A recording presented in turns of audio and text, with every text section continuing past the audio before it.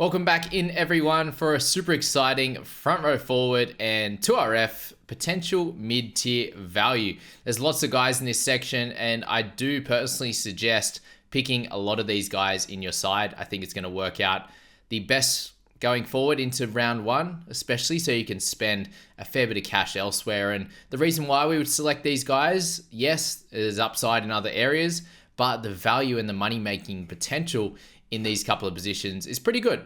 More obviously in the 2RF position, a little bit less in the front row, but I do think you can still find 10 points of value from a few of these guys if they get that round one spot and if the role looks like it is available to them. So really, in the front row forward position, like I said in the guns video, if you want to go back and check that out, just scroll down there and you'll find it. But it does feel like a position you want sort of one guy max over that 500k. You know, could go both under. There's a bunch of guys in this 400k category here, up to 500 that could do a good job. And sort of the rest of the guys priced underneath, who we'll get into a few of them here. But then the rest of them under that 350k mark will be in that cheapies video. So yeah, if the value comes up, I'm definitely taking the cheaper guy if they have a role. If they have a role, personally, it's the way I'm looking at it. So think of a guy, if two of them have 10 points of value and one of them's just cheaper, even if they are going to go up the same amount or likely, if the consistency's there and the role's there, I definitely think I'll be going for the cheaper guy so I can spend some money elsewhere. But Toby Rudolph comes up at 480k, average of 47 last year, and here's a lovely PPM of 1.08 in that front row forward position. But can we get the man to 53 to 55 minutes? So is he actually off the beers? We need to find that one out. There's potential for a few more minutes, but they do have a very full forward pack with Finucane and obviously McInnes, both demanding some decent minutes there. And obviously a few of their other 8s and 10s, the forwards out there that could play decent minutes. But I do think he's the alpha of the pack, and we really need some minutes jump. And obviously with that PPM, needs sort of that extra minimum sort of 6 to 8 minutes to get somewhere near that 10 points of value. So can we get him up sort of that 10 minutes would be the goal, considering he played 43 minutes last year. If he's up around that 53 mark, 51, 52, he's definitely a guy that you could slot in. Obviously with the buy in round 5, not ideal though. Tommy Flegler. So at 475k, the average of 46, he's basically a similar scenario to that of Toby in that he needs extra minutes. And I do think he needs close to that 10 minutes there. Considering that at this price point, obviously, the minutes that he played last year in the mid-40s, he would need close to 55 to be relevant. He could definitely do it, but again, a buy in round 3 as well. I'm just not sure if both of them can get that 10 minutes of jump. Plus, compared to Rudolph, he plays Origin, which is a little bit annoying. So keep in your in your option bag, but I don't really like him compared to a few of the cheaper guys in here, and obviously the cheapies list as well. Jason Taumalolo, 439 there.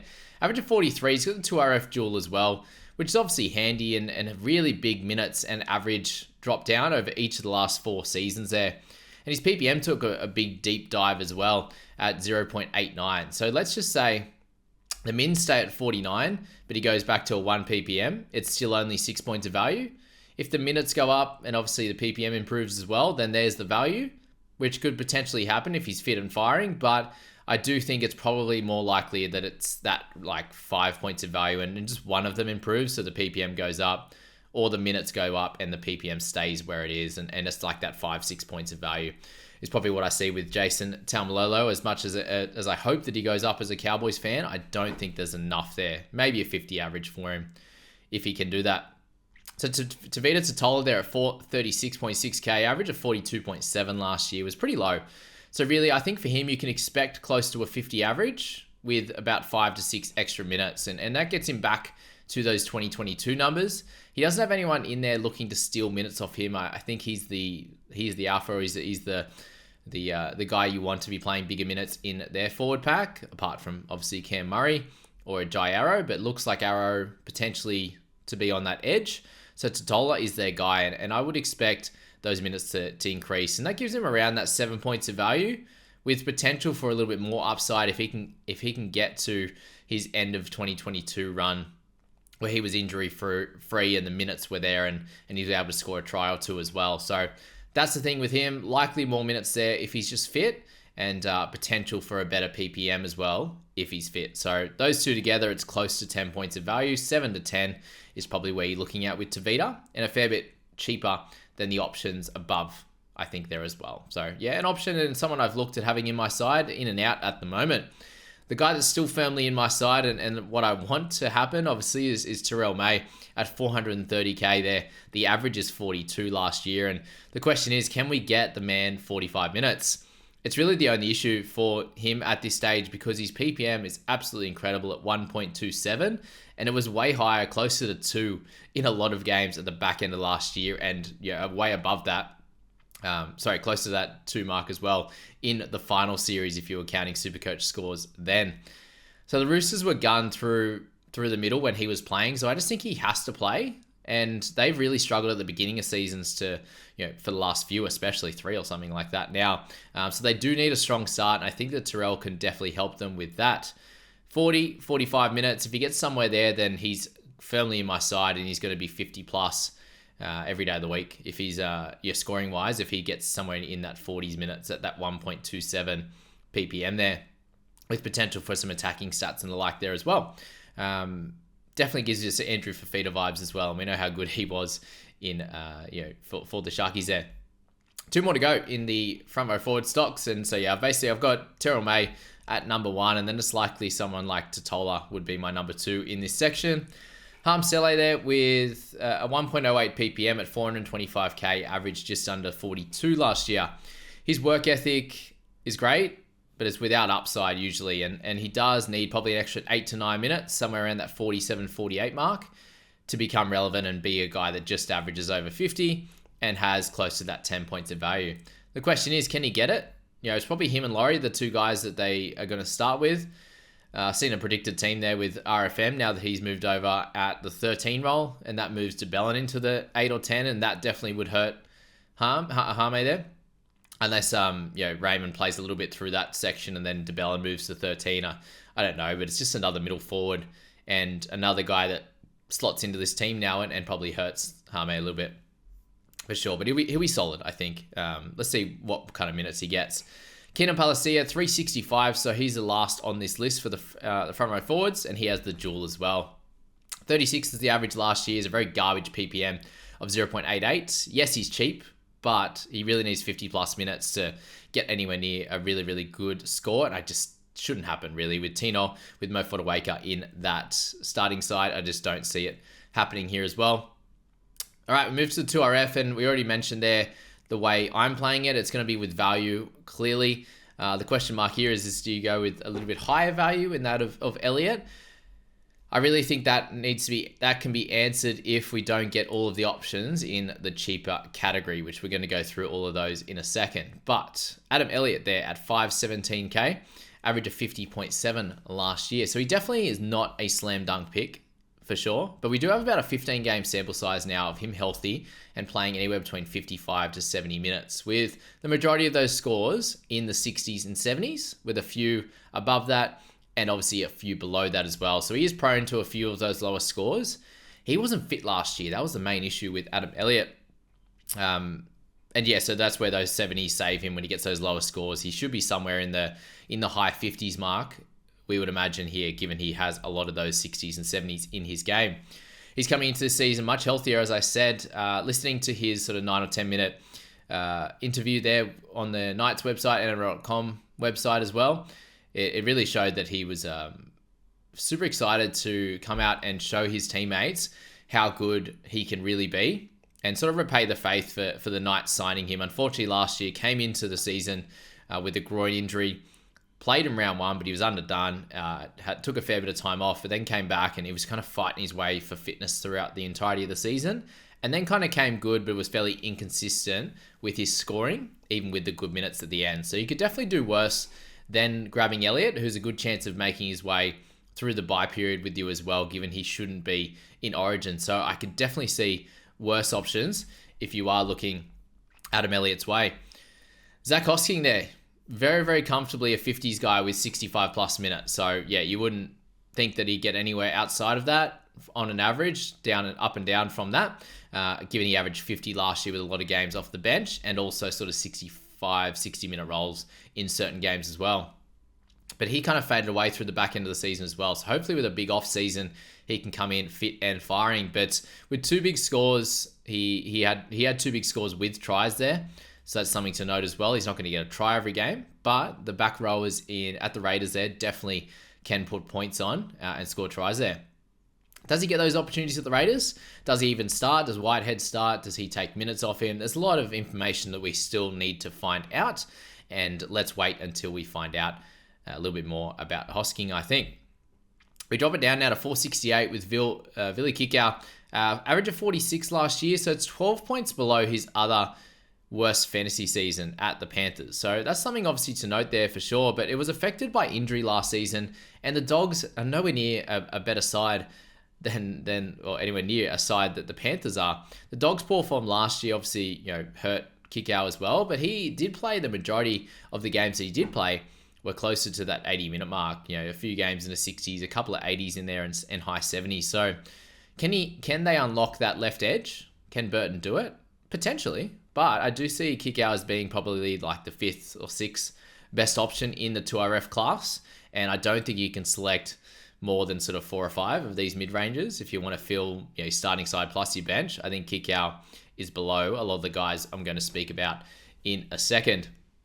But if yes, he can be a sort of a 55 to 58 guy there with the upside that he showed at Panthers. But I just don't see it happening at the Dogs. And if not, he's likely to be a 50 guy. And that's 4 points of value and a no on my end. Beau Fermor at 467. So he's someone I have a fair bit more interest in. Currently not in my side, but he would be the next one off the list, coming onto the list, I should say. Given he's coming off an injury, the bye in round 2, not sure which side he's going to be on. Probably won't score that 11 tries that he scored in 2022. It was the perfect year there, and he did average 65. And you're looking at this price point here, and it's a 46 price point. His perfect year was 19 points above that. Is he likely to drop it down to maybe an 8 to 10 point improvement on this price that he's at? I think so, and that's pretty comfortable there with potential for good games with try-scoring efforts because he scored 11 in that 2022 year. He could definitely do it, but he's coming off that injury. As I said, the bye. It's easy to say he averages in the 50s, which would be cool, but how far into the 50s is the question. So at this stage, I'm leaving him off because of the other options, the risk and the higher price than a few of these guys. Siwai Wong. 462 for him, average of 45.3. It's very hard to see him not averaging anywhere between 55 to 60 if he gets somewhere in that 65 to 70 minute range. He has plenty of upside, obviously. Does he get spelled and play 50 minutes, though, is probably my question. Like when they've got backup edges in Tupanua, does Crichton get the spot? If he does, then Nat Butcher's going to be there taking some minutes. Does Crichton lose minutes? There's a lot of question marks for that edge spot with 4 guys potentially being in it. So it'd be hard pressed to see him playing 80, but I still think he's a really, really good option because of that really high upside at that. And we're looking in Supercoach for high upside players at all times. Like, at a floor, is he going to be an under 45 guy? Probably not. Could he be a 65 to 70 guy with tries and with great opportunities with good minutes? Yes. So where does he fall in between those ranges of 45 up to the 70? That's the question you have to ask yourself. And we just need to learn a bit more info on this side. Josh Schuster, I haven't changed this since I made this sort of a week ago or something like that, but Josh Schuster at 460k, I always wasn't too excited about him, especially in this 2RF position, but his perfect season was a 61 average, so similar to that of Fermor, but lower in that average. He isn't in that type of form at all at the moment, and he even had plenty of games with the creative stats last season where he should get less with sort of 2 key playmakers in the team now, plus Trbojevic fit. I think there's a risk of him losing spot, and he has the finger injury, the calf injury, the attitude problem, whatever's happening with Schuster, it's all there, and I think you can leave him out. Sean Lane, probably one of the top 2 safest guys on this list, very, very clearly. Average of 43.7 last year. He's 20k cheaper than a few of the guys as well. The 69 average in his perfect season in 2022 gives him sort of 26 points of wiggle room, which I think is easily, he can fall easily in the middle somewhere there. I would love to see him looking good in trials to get his upside closer to 20, as he really looked awful last season with a couple of injuries there. So either way, he's likely to be a 600k 2RF at some point, running off Brown and fit. It just could be even higher if he is able to get into that mid 60s. As I said, lower if he's just in that mid 50s, but that's still over 10 points of value and not a problem at all in your side. Should be one of the first few picks, that's for sure. Shawnee Bloor at 445, the average of 43.7 for him. Literally every game he got good minutes last season. They got hammered, which is a really interesting thing to look at. Go check that out yourself. And he still scored well in most, even when they got hammered. There's games there where he did really well, which we'll talk about in a sec. That's not going to happen at the Storm. They're not going to get smashed, and there's not going to be plenty of time there where they're waiting behind the sticks, waiting for a kick, and the ball not in play. Which means also that he's going to get more attacking opportunities as well. More ball in play, more attacking opportunities. It's very simple like that. He just needs a spot, and he's in my team. So if he's named to start on that edge, even with 60, 65 minutes, could be upwards of that, with Liero maybe moving to the middle. We will have to find out, and we will know in trials, and we'll know in round one when that team is named. If he's in that starting side, he's in my team, no doubt about it, and is the third probably picked after, we'll speak about in a sec, Joshy Curran. To give you an idea in his upside, 92 in 80 minutes with no tries, 76 in 30 minutes with a try, 74 in 31 minutes. He is a buy if he gets 65 plus minutes on an edge. Brendan Piakura at 426k, average of 41.8. He still has plenty to learn defensively and positionally, I believe, just watching him. But that's what this offseason was for. Super volatile, and PPM was junk, to be honest, in finals off the bench games. I think it was like 60 something minutes for a PPM of 0.7 or 0.6 or something disgusting.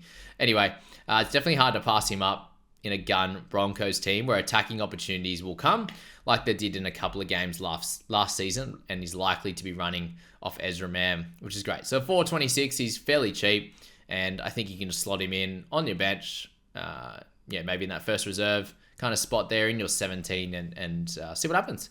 But a fairly tough run to start. Does he get the attacking opportunities, or does he be like a 45 to 50 guy in kind of base with the odd line break and then kind of explode a little bit later? That could be the way as well. Josh Curran. So at him at 421k, it's an absolute slam dunk. Just get him in your side. Like average 41 last year. Spoke to Denon about playing lock and then potentially moving on to edge. Maybe that's when Kickout gets a little bit of a rest. I'd imagine Preston plays huge minutes. Late in games there is when he's potentially moving. So if the minutes are anything close to 80, this could be 20 plus points of value. 60 minutes, it's still a 55 plus average in the middle. You'd imagine there for sure. That's close to a PPM of 1, which he should be able to get easily for sure. He's averaged 67 before to show his upside. That's 26 points of value, 25 to 26 there. And he's even more important now for the Dogs. So when he spoke to Denon there, he's talking about having his court case behind him now. He had all of that stuff to deal with, and now that is done. He can just focus on footy and really playing big minutes and doing really well for this Dog side that absolutely need him, without a doubt, that's for sure. And then we're just going to finish this video here with Angus Crichton there. So 409k for Angus. The average of 40 last year is pretty wild. Obviously, in years past, he's been an absolute dominant force there. And if we can get him anywhere near his best there, even for sort of 60 minutes, everyone will own him. And I do hope he is well. And sort of 20 plus points of value awaits in bigger minutes for him. If he can get 60 plus there, he's going to be a 60-ish scorer. 55 at a minimum, 15 points of value. If he can get him, obviously it's him, it's Wong. Could we get both? I'm not exactly sure, but at 409k, the cheapest guy, if he's named to start in round 1, everyone should have him in their side, I would imagine. But at this point, we do need to see him in trials. We need to see how this team shakes out. And there's a few other guys like Curran and Lane who are slam dunks, and I think Sean Bloor would be as well if he gets that spot. So you're getting a bit of an insight into my current team and where I'm at. But that's that here in the 2RF rankings and the front row forward value rankings there. Stick around for the other positions that we're going to be going through in the value section before we get to those cash cows in the next week or so. Thanks for watching, and I appreciate you being here to watch that Supercoach content.